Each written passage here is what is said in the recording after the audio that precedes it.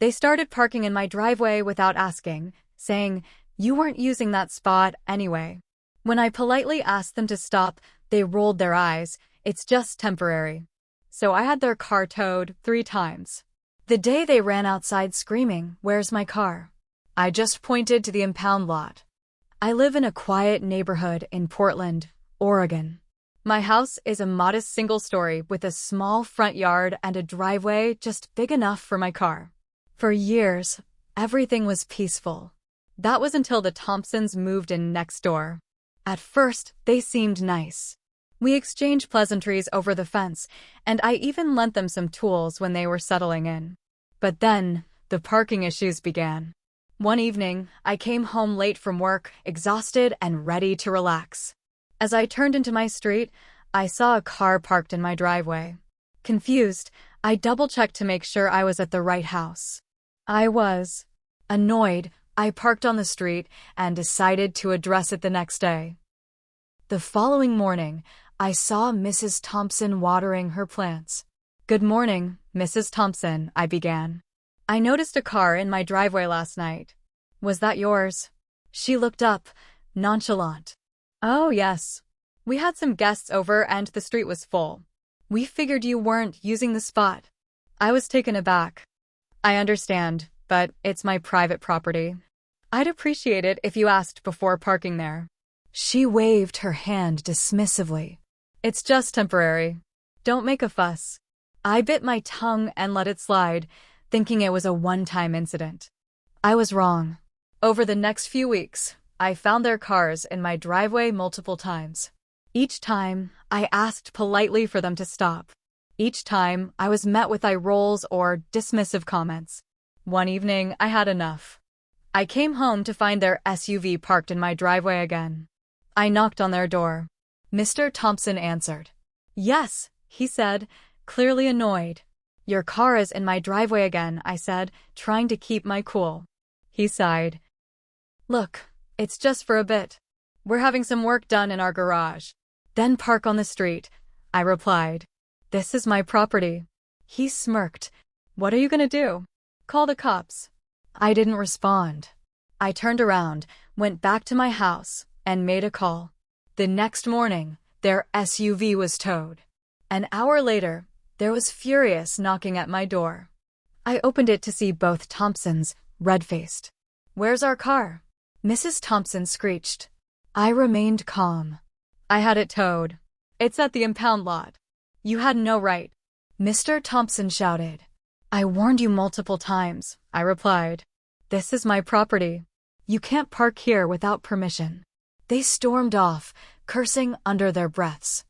I thought that would be the end of it, but a few days later, I found another one of their cars in my driveway. I didn't hesitate. I called the tow company again. This time, they didn't come to my door, but I could hear them yelling from their yard. The third time it happened, I was ready. I had installed security cameras facing the driveway. When their car was towed yet again, they tried to claim I was harassing them. I showed the footage to the authorities, proving they were trespassing. After that, the parking stopped. The Thompsons avoided me, and I was perfectly fine with that. A few months later, they put their house up for sale. I guess they couldn't handle living next to someone who stood their ground. I learned that sometimes, you have to take action to protect what's yours. And while I never wanted conflict, I wasn't going to be walked over in my own home. About 3 weeks after the Thompsons put their house up for sale, things took a weird turn. At first, it was small stuff. Trash from their side would blow over to my yard, cans, wrappers, even a full takeout container once. I didn't say anything. I just cleaned it up. Then one night around midnight, I heard a loud thud outside. I looked out my front window and saw nothing at first. Then I noticed it. My trash bins were tipped over, bags ripped open, garbage everywhere. I cleaned it up early the next morning before work, grumbling but not wanting to escalate things. A few nights later, it happened again. The next day, I went over, knocked, and Mr. Thompson opened the door. His arms crossed, face cold. "Can I help you?" he said, like he didn't already know. "Did you dump my trash last night?" I asked. He laughed. "What? No. Maybe raccoons? Maybe you should put a lid on them." He shut the door in my face. Okay. I was still calm, still trying to be civil. I bought new bins, heavy-duty ones with locking lids. That kept the trash in, but then I noticed new scratches on the side of my car. Not huge, but they weren't there before. I parked in the driveway again, now that it was finally mine. I started checking my car every day. More scratches showed up. One day, I came out to find a long, deep key mark running across the entire driver's side. That was it. I filed a police report and gave them the footage from my new security cameras. But here's the thing, the angle didn't catch the vandal's face. The car was barely visible and the person had a hoodie on. Still, the officer took the report, said they'd patrol the area more. Meanwhile, the Thompsons still lived next door. They acted like nothing happened. Mrs. Thompson waved at me like we were still neighbors who baked each other pies. Then it got worse. I started finding nails in my driveway. Not once or twice, every few days. I got a flat tire, had to replace it. Thought maybe it was bad luck. But after the second flat in a week, I knew better. I swept the driveway every morning now, checking for anything sharp. Then came the letter. Plain white envelope, no return address, tucked under my doormat. Inside was a single sheet of paper with words cut out from a magazine, ransom note style. It said, "You made this war. We're not done." I froze. I looked around, half expecting someone to be watching me. I took it to the police, but without fingerprints or a witness, they couldn't do much. Could be a prank, the officer said. But we'll file it. That night, I couldn't sleep. I kept the lights on. I installed another camera, this time angled straight at the walkway and the porch. Next day, more trash. This time it was their trash, clearly marked bags tossed into my yard. I didn't even knock this time. I just dragged it all back and dumped it on their porch. 2 hours later, I heard yelling. "You crossed the line," Mr. Thompson shouted, stomping into my yard. I stayed calm. "You dumped trash in my yard." I gave it back. "We'll see how funny you think this is," he growled before stomping back home. That same night, my back fence was kicked in. Not a clean break. Looked like someone had taken a sledgehammer to it. I reviewed the footage, again, hoodie no face. But I caught the timestamp. 2:38 a.m. I was done being nice. I called the police again, reported every single incident, added it to my file. I started emailing updates with photos and videos. I even hired a local handyman to build a new fence with motion sensor lights. It was starting to feel like a war zone in suburbia. Then, one morning, I noticed a moving truck in front of their house. Good, I thought. They're finally leaving. But that wasn't the twist. The real twist came 2 days later when a knock at my door woke me up at 7 a.m. It was a woman in a suit. "Hi, are you the homeowner?" she asked. "I'm from the city. I'm here about a complaint." "Complaint?" "Yes. It's regarding illegal surveillance. We received a report that you have cameras pointed directly into your neighbor's property, possibly violating privacy laws." I was stunned. They'd reported me? I walked her around, showed her the camera angles. None of them pointed into windows or private areas. They all faced public view, my driveway, my yard, the porch. She took notes, nodded. "Looks like you're within your rights. But I have to file this officially." Later that day, I saw Mr. Thompson smirking from his porch like he'd won something. But I wasn't finished. Not even close. I started writing everything down, dates, times, details. Every scratch, every nail, every trash bag, every weird note. I compiled it all in a binder. And just when I thought it couldn't get more twisted, the cops showed up at my door with a warrant. "Sir, we received a report that you threatened your neighbors with violence." I was floored. Apparently, Mr. Thompson claimed I had shouted threats at him in the street. I invited them in, showed them everything, my binder, my footage, my logs. After hours of questioning and review, they left. Said it looked like the report was likely false, but that they had to follow up. Now I knew what I was dealing with. It wasn't just bad neighbors. It was people trying to ruin my life. And if they wanted a war, they were about to find out I don't lose quietly. Things stayed quiet for a couple of weeks after the false police report. It felt too quiet. The kind of silence that doesn't feel like peace, but planning. I didn't let my guard down. I kept doing what I always did. Went to work. Came home. Checked my cameras. Documented everything. Even bought a small body cam I started wearing whenever I stepped outside, just in case something happened when I was off my property. Then, on a Friday afternoon, I noticed a new car parked in their driveway. Big black SUV with tinted windows. Didn't recognize it. Thought maybe they had friends over for the weekend, which wouldn't be new for them. But by Sunday night, the SUV was still there. And the Thompsons didn't seem like they had guests. The people coming and going weren't friends, they were contractors. Electricians, plumbers, inspectors. Something was going on.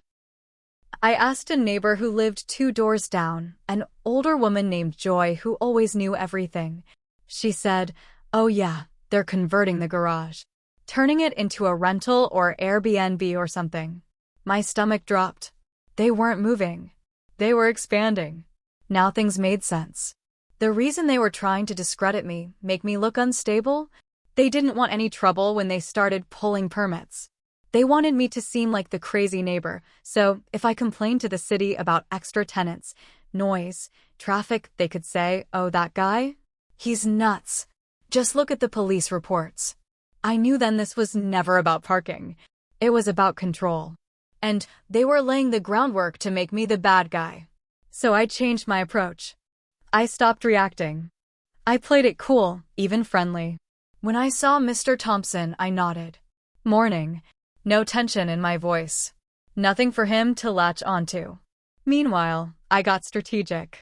I filed a Freedom of Information Act, FOIA, request with the city for every permit application on their property. Took a couple of weeks, but I got them. And guess what? They hadn't pulled the right permits. The electrical upgrade? Missing inspection paperwork. The plumbing changes? Not approved. They had started construction before final approval. I sent a detailed letter with evidence to the city's building department. Within 5 days, a city inspector showed up. I watched from my window as he walked around their property, clipboard in hand, expression serious. He took photos. Made calls. I couldn't hear it all, but I caught one line loud and clear as he raised his voice toward the open garage. "If you don't stop this work immediately, we're issuing a cease and desist." The next morning, the contractors were gone. That afternoon, I got a letter in my mailbox. Typed, "No return address. We know what you did. Your time is coming." Same ransom note style as before. I handed it to the police again. They documented it, said they'd increase patrols, but no fingerprints again. I was used to the routine. And then, this part is where it got wild. I came home one evening to find a dead raccoon in my driveway. Not roadkill. Not a random animal. It was laid out in the middle of the driveway. Like a warning. My stomach turned. I called animal control and the cops. Animal control took it, said it was a clean kill, no tire marks, no trauma. Looked like someone placed it there. I checked the footage. 2:52 a.m. Same hoodie. Same body build. Same casual walk-in, crouch, walk out. But this time, they looked up at the camera and gave it the finger. The cops still couldn't ID the person. No face. No license plate. No prints. But I started sleeping with a bat next to my bed after that. I took time off work and started going through all the footage I had, looking for patterns, time of night, shoes, walk. I even went on Reddit and asked if anyone could help analyze the way the person walked. A user DM'd me and said, "That person drags their left foot slightly. Might be from an old injury." That detail stuck in my head. Days later, I noticed Mr. Thompson limping slightly while mowing his lawn. Just for a few steps. Then it was gone. Coincidence? Maybe. But I didn't think so. Still, without proof, I couldn't act. So I planned something different. I installed a dummy camera on the tree by my driveway. Super obvious, red blinking light and all. A decoy. But the real camera? It was hidden, higher up, better angle, better resolution. I repositioned my porch cam too, now catching the sidewalk better. I even set up a second motion sensor that pinged my phone whenever someone walked near the driveway after 1 a.m. And I waited. A week passed. Nothing. Then, on a Saturday night, 3:07 a.m., I got a ping. I checked the live feed. Hoodie. Gloves. Walking up the driveway again. Only this time, they had something in their hand. A can. Spray paint. Before I could even move, they tagged the side of my car. I didn't run out. I let the cameras do the work. They left calmly, the way they always did. But this time, my real camera caught a better shot. And the porch cam? Got the face. Mrs. Thompson. She took her hoodie off halfway down the sidewalk. I froze the frame, zoomed in, confirmed it was her. I printed the still. Sent copies to the police and to the code enforcement officer who'd handled the garage inspection. And then I waited. 3 days after I sent the photos, I got a call from the police. They wanted me to come in. I thought it was about the vandalism, but when I got there, the detective looked serious, different kind of serious. Mr. Davis, he said, sliding the photos across the table, we matched the footage. It's clear Mrs. Thompson did this. But that's not all. I waited. She filed a harassment report against you last week. Claimed you threatened her. That you've been spying, stalking, trying to scare them out of the neighborhood. I was stunned. That's a lie. I have all the footage, everything. He held up a hand. I know. We've reviewed your footage. We believe you. But we had to investigate both sides. Then he leaned in. Mr. Davis, we're pressing charges. Against them. Vandalism. Filing false police reports. Harassment. I walked out feeling like I could breathe again for the first time in months. But that wasn't the end. I wish it had ended there. The next night, I was out front watering my yard, still tense, still not used to peace. That's when I saw it fire. Not a big fire. Just a small one. In the middle of my lawn. A patch of grass burning. I dropped the hose and ran over, spraying it down. Smoke rose, the smell of gas strong in the air. I called the police again. They found a small, melted container nearby. Like a plastic cup with gasoline residue. Arson. That was the last straw. The fire didn't spread, but it could have. It was clear someone wanted to scare me, or worse. With police already building a case, they took it seriously this time. A week later, both Mr. and Mrs. Thompson were arrested. Turns out, my hidden cams also caught them sneaking around the side of my house 2 nights before the fire. They didn't notice the motion lights turn on behind them. They'd left behind gloves and a lighter. Evidence was solid. But here's where it got complicated. During the investigation, they looked into everything. Including me. And they found out something I didn't expect. Remember when I dumped their trash back on their porch? Turns out I broke a local ordinance. Something about dumping refuse on someone else's property, even if it's originally from there. Minor fine, but still on record. Also, one of my cameras was just barely angled to catch part of their backyard. Not intentional, but technically over the line. So I got hit with a fine and a privacy warning. Nothing major, but it stung. I realized I'd been so focused on defending my space that I let paranoia push me too far. I wasn't innocent in all this. I didn't start it, but I didn't handle everything perfectly either. Still, they were the real monsters. Their house went up for sale again. But this time, it was the bank selling it. Turns out the fines, legal bills, and dropped renovation tanked them financially. They defaulted. I watched from my porch as the last moving truck pulled out. And before they left, Mr. Thompson looked at me one last time. No words, just a stare. And I stared back. Not with anger. Just relief. Months passed. Peace returned. I planted a tree where the fire had scorched the lawn. Put up a new fence, stronger, taller. I kept the cameras up but adjusted the angles. Lesson learned. If you fight fire with fire, everyone gets burned. But if someone tries to burn you down, make sure the ashes stick only to them.